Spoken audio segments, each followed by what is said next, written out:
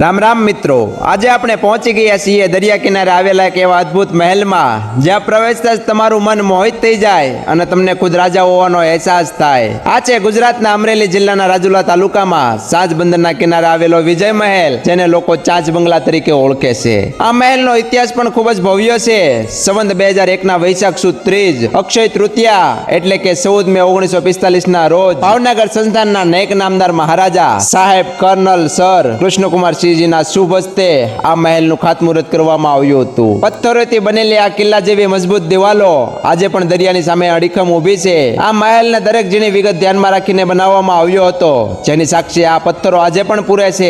અહીં અંદર પ્રવેશતા જ સુંદર ઓરડાઓ અને ગોળાકાર દરવાજાઓ તમને ભૂતકાળની યાદ પાવશે.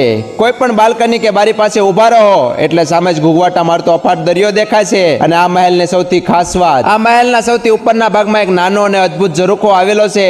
જ્યારે તમે આ ઝરૂખામાં જઈને ઉભા રહો છો ત્યારે ત્યાંથી આખા દરિયાનો અને આસપાસનો જે નજારો દેખાય છે તે અત્યંત મનમોહક છે. આ વિડીયોના આ ખાસ શોર્ટ્સ પણ મહેલના એ જ રાજવી ઝરૂખામાં જઈને લેવામાં આવ્યા છે. તમે પણ ત્યાં જઈને આ યાદગાર નજારો નિહાળી શકો છો. સમય જતા છત ભલે જર્જરિત થઈ હોય પણ આ કિલ્લાનું આકર્ષણ આજે પણ એવું જ છે. ખાસ કરીને ચોમાસાના દિવસોમાં જ્યારે આસપાસ લીલોતરી હોય અને સામે દરિયાના મોજા ઉછળતા હોય ત્યારે તમારો થાક ઉતરી જશે અને મન પ્રફુલ્લિત થઈ જશે. તો આ ચોમાસામાં તમારો એક રજાનો દિવસ કાઢીને પરિવાર કે મિત્રો સાથે આ છાસ બંગલાની મુલાકાત અવશ્ય લેજો. અને હા મિત્રો, જો તમને આ વિડીયો ગમ્યો હોય તો તમારા પરિવાર અને મિત્રો સાથે શેર જરૂર કરજો.